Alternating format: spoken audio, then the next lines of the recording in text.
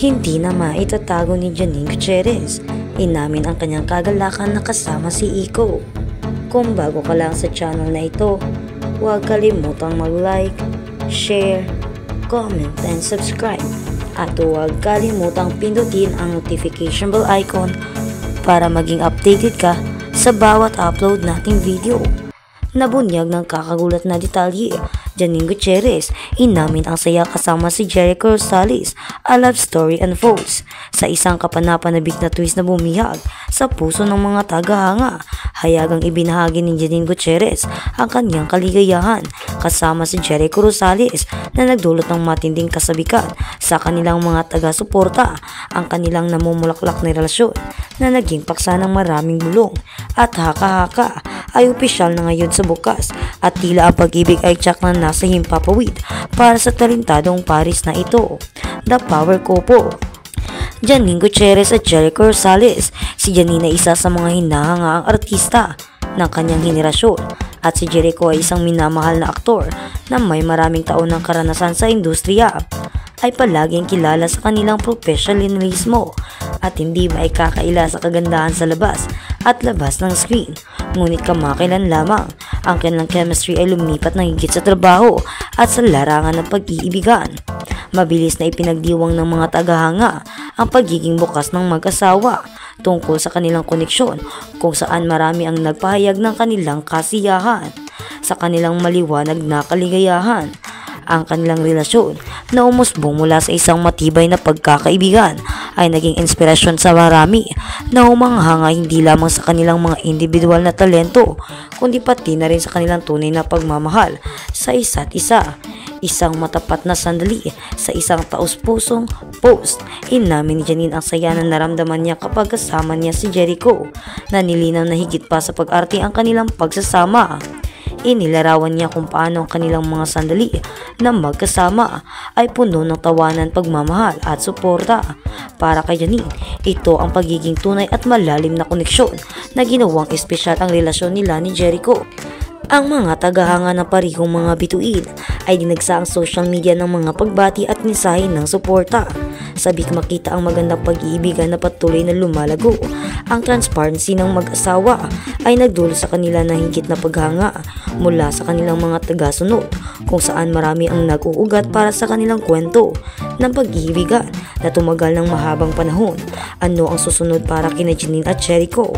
Habang binabaybay ni Janine at Jericho ang kapanapanagibik na kabanatang ito ng kanilang buhay, marami ang sabik na naghihintay kung ano ang susunod para sa mag-asawa. Makikita ba natin sila sa screen ng magkasama sa isang proyekto sa hinaharap, o patuloy silang tutukan sa pag-aalaga ng kanilang personal na relasyon? Isang bagay ang sigurado, nandyan ang mga tagahanga upang suportahan sila sa bawat takbang ng paraan. Maging ito man ay ang kanilang mga profesional na pagsisikap o ang kanilang mga personal na milestone. Ang mga tagahanga ni Janine at Jericho ay nag-uugat para sa kanila na makamit ang mas malaking kaligayahan at tagumpay ng magkasama.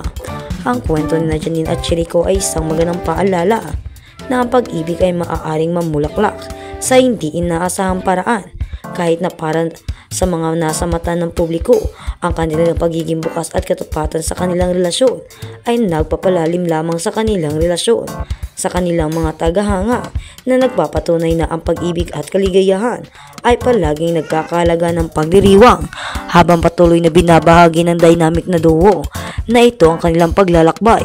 Aasahan ang magandang sandali na gagawing magkasama ni Janine at Jericho sa labas at sa screen. Narito ang higit na pagmamahal at tawanan at tabumpay para sa mga nakaka-inspire ng mag-asawang ito. At sa kabilang banda, nagalit si Kim Chiu sa mga bumabatikos kay Paolo Avellino. No one has the right to judge him. Isang kontrobersyal na pahayag nitong mga nakaraang araw. Si Kim Chiu ay to the rescue sa mga bumabatikos kay Paolo Avellino. Patuloy na pinagdidibatihan ngayon ng maraming netizens at mga fans ng tambalang Paolo Avellino at Kim Chiu ang kumakalat na video nakuha ni Kim Chiu at Paolo Avellino sa airport pauwi ng Pilipinas. Ayon sa ilang mga kritiko ni na Paolo Abilino at Kim Chiu, hindi naging gentleman si Paolo Abilino kay Kim Chiu dahil hindi kaagad nito tinulungan si Kim sa mga bagay nito at tila pilit lang umano ang pag-alalay ni Paolo Abilino sa actress para sa kapakanan ng kanilang tambalan. Kaagad namang rumesbak ang ilang mga Kim Pao fans at iginiit na hindi huli ang pagkuha ni Paolo sa mga bagay ni Kim dahil kailangan pa unang ma-check ang mga ito. May mga nagsasabi rin na hindi naman pilay si Kim Chiu para humingi ng tulong kay Paolo Abilino. Kayang-kaya umano ng aktres ang pagdadala ng kanyang mga bagahe dahil may cart naman. Tila nasanay na rin umano si Kim Chiu sa pagdadala ng kanyang mga bagahe dahil ilang beses na rin namang nag-travel sa ibang bansa ang aktres. Ipinuntori ng ilang mga netizens na sadyang ganoon lamang ang mga mindsets ng mga basher. Talagang si Paolo naman ang nagdadala sa mga bagay ni Kim Chiu at tiyak namang sasabihin ng mga bashers na ginagawa na lamang ni Kim Chiu na tagabuhat ang aktor. Sa ngayon ay hindi naman nagbibigay ng opisyal na pahayag sina Paolo Abilino at Kim Chiu patungkol sa totoong relasyon nila. At sa kabilang balita naman, Eliza Valdez may bagong nagpapatibok ng puso. Tuloy nga ba ang kumakalat na hema na di umano'y may bago nang nagpapakilig sa puso ng tinaguri ang phenomenon of Philippines volleyball na si Eliza Valdez. Sa naging episode kasi ng Fast Talk with Boy Abunda noong Martes, November 19 ay tinukso siya sa Japanese volleyball player ba na si Ran Takahashi. Puro naman magagandang papuri ang nasabi ni Eliza tungkol kay Ran. He's super nice, good looking, play always as well, saad pa ng dalaga. Naging maingay rin ang pangalan ng Japanese volleyball player dahil marami ang nakapansin sa galing at kapugian nito nang sumali sa 2024 Paris Olympics. Amin pa ni Eliza, nagkaroon na sila ng pagkakataon na makapag-usap nang dumalaw ito sa Manila. Matatanda ang nasa Pilipinas si Ran noong June para sa nagdaang Volleyball Nations League. I think one thing kaya din very interactive yung conversation namin because back then during the time, kailangan niya agad bumalik ng Japan and he wanted to show his love for all the fans kasi hindi niya po natapos yung mga games niya dito sa Manila. Say ni Eliza, hindi naman napigilang intrigahin ni Boy ang talaga kung may spark ba sa pagitan nila ng Japanese athlete pero tanging ngiti lang ang sagot ng dalaga. Nang tanungin naman kung may bagong nagpapakilig sa kanya, umamin si Eliza at sinabing guilty. Kaya naman, hindi maiwasan ng mga netizens ang mag-isip kung sira na nga ba ang bagong nagpapatibok ng kanyang puso. Matatanda ang noong 2022 nang tuluyan ng maghiwalay sina Eliza at ang ex-boyfriend nitong si Kiefer Ravena. Habang sa kabilang balita naman, Andrea Brillantes inintrigang inastar kay Catherine Bernardo.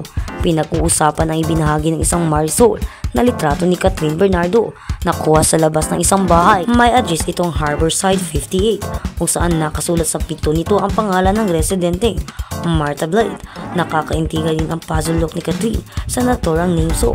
Umandar naman ang imahinasyon ng mga chismosong kapitbahay na di umano'y parang pang-aasar daw ang photo na iyon ni Kat kay Andrea Brillantes